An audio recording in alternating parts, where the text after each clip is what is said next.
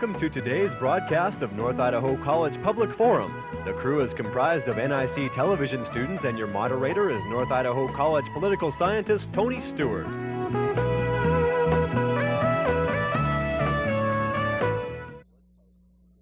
Today's topic is women and men in the workplace, and we're very fortunate to have the guest we have today with us from Seattle. And when we were taping this program on that given day, she had been with us this morning in a forum with our students, and I want to tell you how very, very fortunate we were to have her on our campus and for you to hear her on this program. Welcome to the program Mary Malins, who is, as I've indicated, from Seattle. Our guest holds a baccalaureate degree in speech communications and a master's in the field of psychological counseling, both degrees from the University of Washington. She has, for the past 10 years, been involved in communications and management as a consultant, and she speaks before colleges and universities and corporations. She does many workshops, and as I've indicated, she has much to say on this very important topic. She has served on the faculty of several colleges and universities, teaching in the field that I have indicated already. She has written a book entitled Counsel the Negative, which is available, and you can contact us if you're interested in receiving that publication. Mary, welcome to our program. It's a pleasure to have you here, and I look forward to this opportunity to discuss this very important topic with you. Thank you. I'm looking forward to it as well.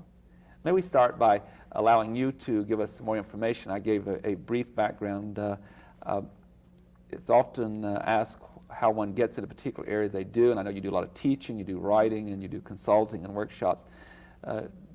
Do two things for us, if you would. How did you get involved in this particular area? And secondly, what all do you do, and how are you available to the public when they wish to consult with you? How did I get into what I do? I'll answer your first question first. Well, I began at the community college level, attending school. I lost most of my credits that I'd had originally when I was 18 years old, so I began at the community college level, assuming because I'd been home for 10 years with children that, of course, I would fail everything I took. I found out that I didn't fail. It was quite an amazing experience. I had so much energy to give to the classes. I was just delighted with learning. It was a wonderful experience for me. So I went through the community college system in the Seattle area, and I did a general degree so that I could transfer into the University of Washington. And when I got there, I had, of course, as we all do, we have a variety of choices to make in terms of selecting our major. And it's like having a smorgasbord spread out in front of you. You don't quite know which to choose from. So I ended up in speech communications, as you previously indicated, and I enjoyed that. I enjoyed the interpersonal aspect of it, and watching people, studying people, it intrigues me. And then from there I moved into graduate school and took it a step further and studied psychological counseling. I did counseling when I finished with my master's degree for a time, and the way it happened that I got out into presenting was one of my clients had liked so much what I'd said in the session that she invited me to her workplace. And I started doing very small amounts of presentations. And I found I thoroughly enjoyed them. And so it built on itself, and eventually I was asked to teach a class. And then again, that built on itself, and I was asked to teach more classes and do more presentations. And at this point, I would say probably 2/3 of my time is spent in teaching, and 1/3 is spent in doing consulting, doing training, such as I did for the college this morning. And the writing just seemed to evolve. It just seemed to evolve as a natural outcome of the teaching and the seminars. Now let me see, your second question. The types of work that you do, that you're available. I always think on this program of people wanting to contact our guest and to take advantage of your services. Oh, well, I'd be glad to tell you about that. I'm in the Seattle area. I am listed. My name is in it. It's under Malins, and my first name is Mary, of course. I do a lot of work in the communications area. I work with businesses and helping them create a more positive atmosphere for customers who come in, because today, for any business, that's what it's about. It's creating a service attitude, and a lot of people were raised in the old school where people just come in and they are sold rather than they are listened to, and then you find out whether indeed you can work with them. And it goes, the same thing happens in the workshops. You have to learn how to communicate and listen, as I pointed out this morning, and listen to people. And someone told me in one of my workshops that that is why God gave us 2 ears and 1 mouth, so we could do twice as much listening as we do speaking. So I thought that was a great quote, and I teach people to do those things. And as I did this morning, I talk a lot about women and men in terms of the roles we have, in which we are all put into categories. And certain behaviors are expected of us, not only by others, but internalized. We have internalized so much over many years that it's very difficult to break out of the pattern. And so I try to get people to start looking at the problem from different perspectives. And that's an exciting thing when I can, as we discussed, when I can get through to one person, I'm ecstatic. It's wonderful. We're going to spend a lot of the program talking about what I think you have that's so excellent. You have such a wonderful grasp on the stereotypes that have been set up and what's happened to women and men as they have worked in the workplace and also in other aspects of their life. But before we do that, you're just such a wonderful opportunity for me to deal with what has happened in this country in education. That is, that so many people are moving back into the educational system who have been out of it for a long time, or some people who have never gone to college and graduated from high school 20 years ago. Share with us what is happening, and I suppose what I'm trying to ask too is to be encouraging to those who are trying to make that decision. Shall I go back to school? And there is a revolution going on in the educational institutions, aren't there, at this time? Oh, yeah. Well, at all the colleges where I teach, all the community colleges, I think the average age is close to 30. And I think I was in my early 30s when I began the process. I'm an educational addict. I love, as we spoke last night when we had dinner, I love learning. And I love to be in classes. And the idea that I could implant some of that in the students, I don't think it's ever too late. I absolutely, I've had friends of mine who are in their 50s and 60s and say, oh, Mary, I'm too old. And I almost want to reach out and grab them and shake them and say, oh, you have so much to offer. You've lived so long. You've experienced so much. Please come and share yourself. I thought I was going to be a grandmother at 33. I mean, I felt as though, everybody was going to be 18 and they were going to see me as an old lady. And that stopped me for a time. But I am, as I identified to the group this morning, I'm Scandinavian, I'm Norwegian and Swedish, and I think there's a streak of stubbornness in us that says, well, I'm going to do it anyway, and I will succeed, and that is a part of my personality. So once I make the decision, which I did, I worked very hard, and I thoroughly enjoyed it, and there is not an age limit on it. I love having older people in my classes.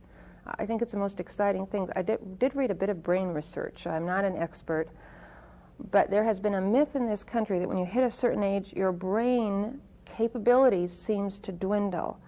And according to this article, and of course I believe in it, I think it makes very good sense to me, it's like any other part of your body. If you continue to use it, it will continue to work. If you stop using it, it will atrophy. And I think a lot of people have bought the myth that when you reach a certain age, somehow you are useless. And there's never a time when we're useless. We can teach people all the time. And I think I read once that 50% of the adult population in America is in some form of education, continuing education. That delighted me. I would like to increase it even more. Well, your comments are very encouraging to those who are considering returning to some aspect of the educational system. I would like for you to take some time, and please feel free to take whatever time you need, to talk about women and men as they are in all their relationships, in the home and in the workplace, and or all the organizations in which both are contributing so significantly to what we're trying to do. And I particularly would like to invite you to talk some about this whole field of communications and what we've set up and unconsciously how we deal with one another. That's a very broad question, but I would like to give you the leeway to deal with it in that way. All right. Well, I think, as I pointed out, I will review again, that both men and women are victims. I do believe that. It doesn't mean we can't change it, but it's so subtle, the messages that we are given as we grow up, as we go to school. And of course now, as I indicated, people when they graduate from high school have watched more television than they've been in the classroom. Media is a powerful, powerful influence. And this is wonderful that you have this program, but it is a powerful influence, and a lot of what the media does is not positive. It perpetuates the myths, the stereotypes that have been around for thousands and thousands of years that are not that effective today. If you take either end of the spectrum in terms of what a traditional male and a traditional female is like, The traditional male, some of the words that come up when we ask this question are aggressive, unemotional, in control, always right, knows all the answers, is the provider. I mean, the burden is overwhelming, that this person has always got to be successful, has always got to know everything that there is to know, has always got to be out there producing. And that's a burden. That's a major burden for men. And it's perpetuated on the television in many ways, in the roles that they play, and their success symbols. And there's a variety of them, and we can go into that too. But in terms of the women, the roles of women on television generally, the men outnumber them 3-to-1 in terms of the main characters in anything that's on television. But secondarily, there are very few role models. And to have a change, make a change of any kind, it is necessary to have champions and to have role models. And what is on television for women right now, there are very few role models for. And the young girls, little girls watch television and they don't see the role models. There aren't very many out there. And one of the things that I try to point out in workshops to the women and whoever is attending, the men too, is that whether they have thought about it or not, whether they have seen themselves in that light or not, they are a role model to everyone who surrounds them, to their neighbors and to their friends and their relatives and their family, their colleagues, their classmates. Everybody's watching. Everybody's watching to see what you do and how you do it and what you say and how you say it. And I don't think that's recognized by a lot of people. They say, well, one person doesn't matter. One person matters a great deal. And people watch and they say, oh, well, he did that, so then it's okay for me to do that. And it may be something positive, and if so, then the outcome is good. But if it's something negative that was not handled appropriately, or it was simply responding in a stereotypical fashion, then you have to know that it does affect other people. They do watch. And of course, it's especially true in families and in close relationships. But it's true all over. It's true all over. And I try, when I come into workshops, to present a positive image for both men and women.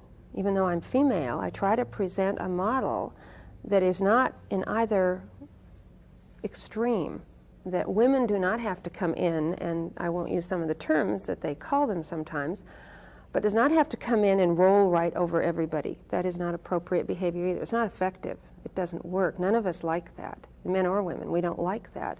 So there are effective behaviors from either side of the extreme.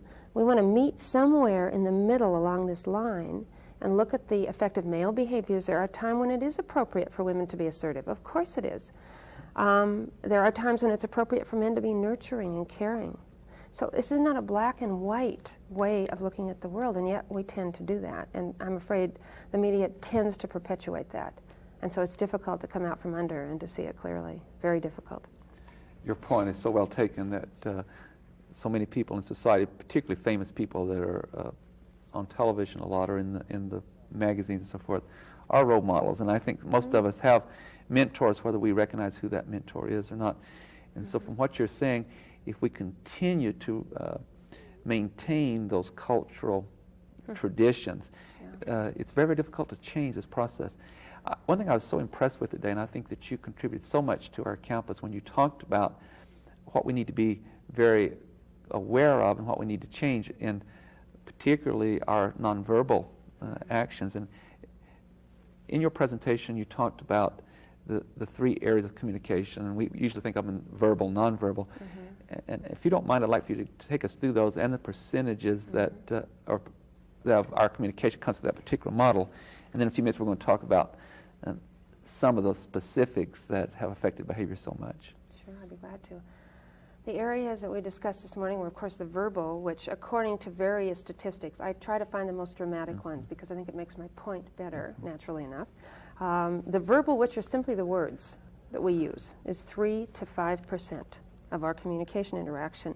The paraverbal or paralanguage aspect of it, it's called both, is between 15 and 30% of the interaction, and that refers to voice, how we use our voice, our pitch, our volume, our tone, our speed, the emotion that is included in voices. That is all considered paralanguage. And then the nonverbal can be anywhere from 65 to 80%. And there are some researchers who found it even to be as high as 90. That everything that we do communicates. Everything. And sometimes people get a little frightened by that, but as I pointed out, these people here who are looking at us, you, when you first looked at me, we judged each other. We kind of looked at certain things and we made judgments. We do this constantly. And we do it through the filters that we have been raised with. And what I try to do in classes is to punch holes in those filters so we can see people more clearly. Open up the filters so they're a lot broader, so that the netting is not so fine you can't even see through it. Because it's so strong. It is so strong. I have discussed with many of my classes and workshops in the last 3 months, I'm sure you have too, the importance of these 3 areas in the elections. I mean, they have had media consultants all the way along, whatever party you are, it doesn't make any difference. They have had media consultants who have taught them how to move, how to stand, how to gesture, how to use their voices, how to walk even, how to dress. As you may or may not have noticed, the dress now has become so specific when they did the interviews on television. It's amusing for me because it's my profession to watch it. And I encourage my students to watch it too. But there's so much out there that is done in a very subtle way that we, because of the way we're raised and socialized, have absorbed. And what I try to challenge people to do is to start monitoring their reactions. When they start reacting strongly, we all feel it here inside, what's going on? What is it that triggered it? And is it effective? That's one of my favorite words. Is it effective to have this filter?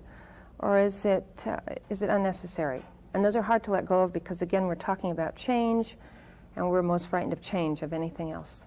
I think one thing that came through so clearly in your presentation today, and it's on this program also, and that is we are so tuned into the fact that we do verbalize and we hear words from other people, and I don't think we're really aware of how much our behavior is being controlled by the nonverbal, as you've indicated with the statistics that you've had.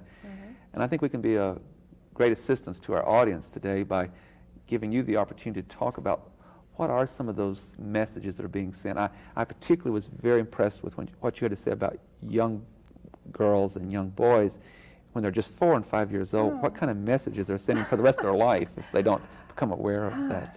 Yes, well, as I indicated, I found a picture of myself and my cousin, and we were approximately the same age.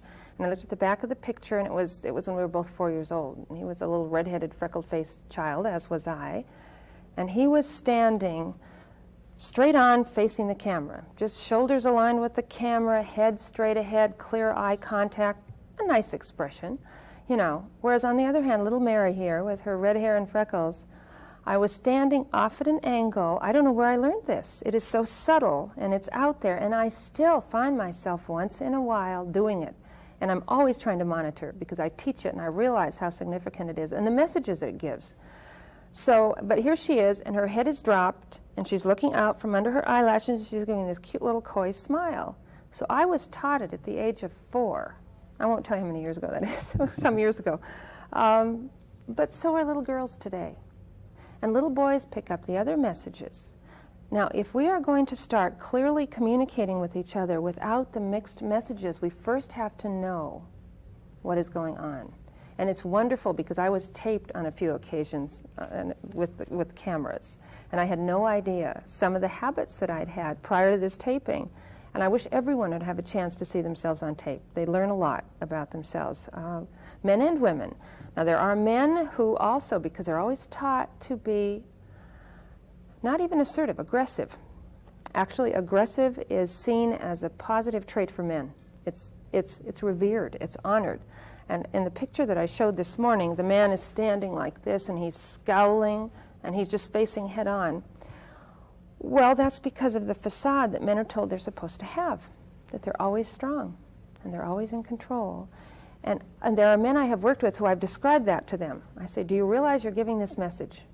You may want to, that's fine. I just want you to know that you're giving it as one who is trying to control, who is aggressive, who is almost negative in his approach to other people. I said, do you know you're doing this? And some of the times they're not. They've been so well trained to do this, and it's out there. We're taught all the time how to do this.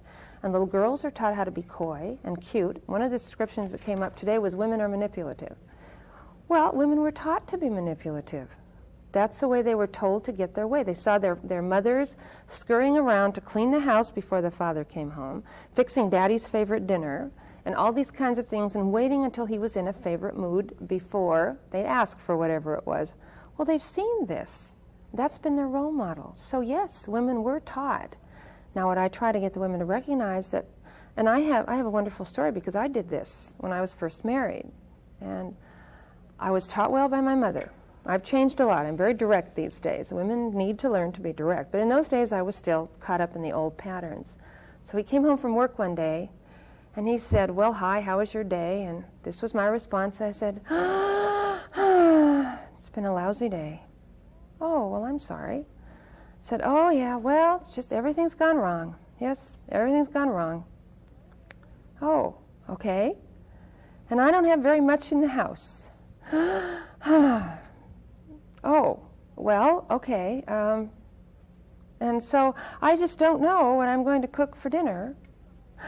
And this poor man is sitting there, what is going on? Now, of course, what I was trying to get him to say was, why don't I take you out to dinner, dear? But that's the way I was taught to do it. And it's very difficult for men sometimes to wade through all that stuff to get to what the message is. Now, when he comes home, I say, I don't want to cook, I don't have anything, let's go out. I mean, there's no messing around anymore. But I was taught that. And so it's very difficult for women that get in the workforce. They were taught to go all the way around the mulberry bush before they ask for it. So when the gentleman this morning said women tend to be manipulative, yes, women were taught some of these skills. And they're getting better. We are getting better. Now I don't do that anymore. I'm pretty straightforward. But it's very difficult because it's shown on television. You see it in ads, you see it on shows. And so yes, they still have that tendency because it's being reinforced out there, and it's difficult unless you have good role models to start altering that behavior, and it's the same thing for men.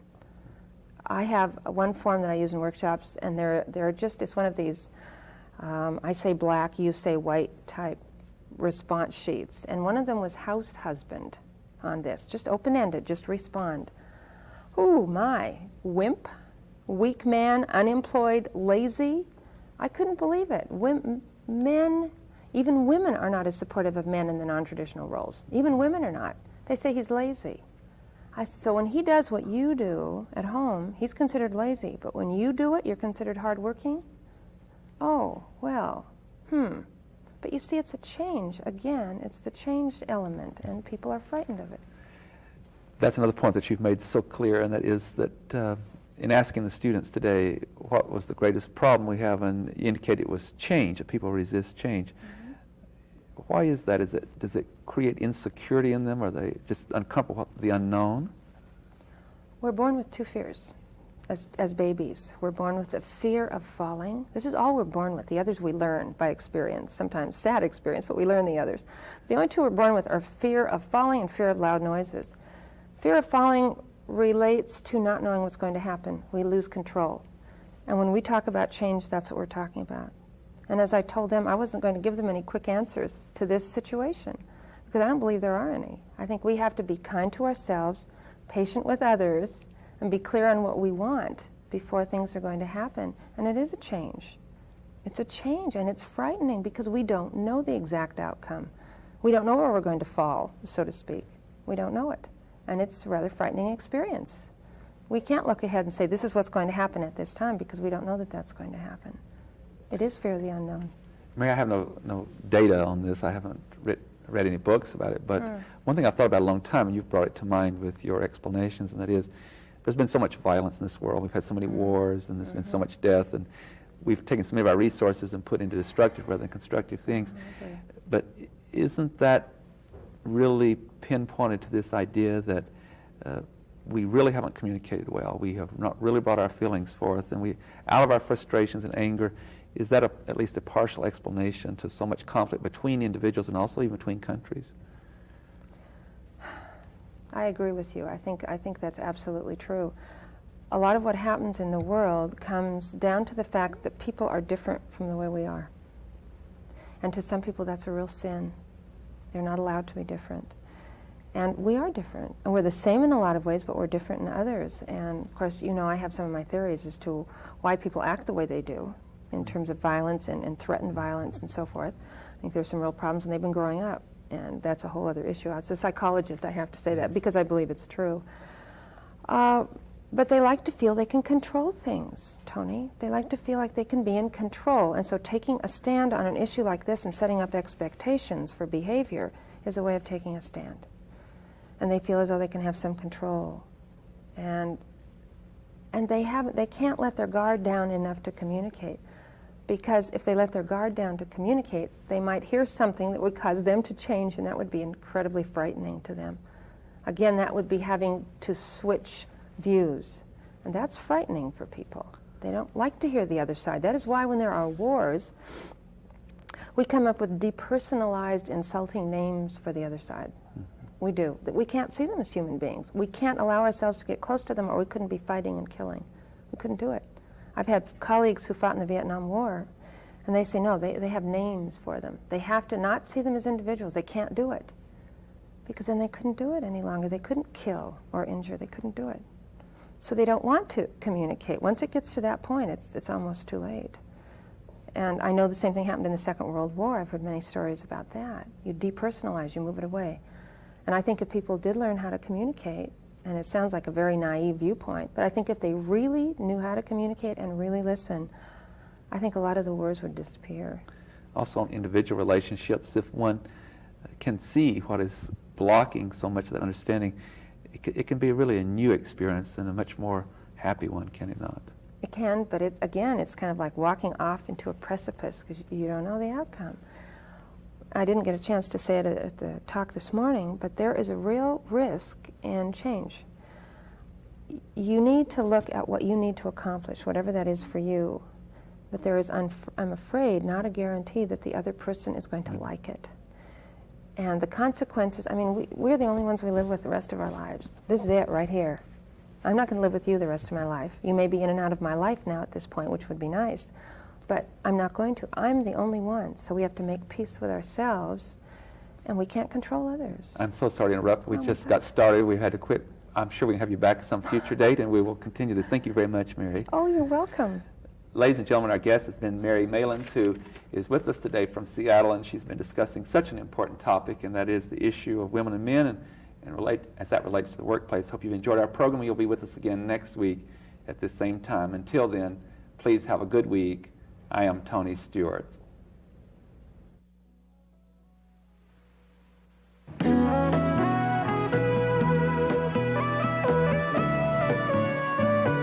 North Idaho College Public Forum can be seen at the same time each week over this station. This production was videotaped earlier by an NIC student crew for viewing at this more appropriate time.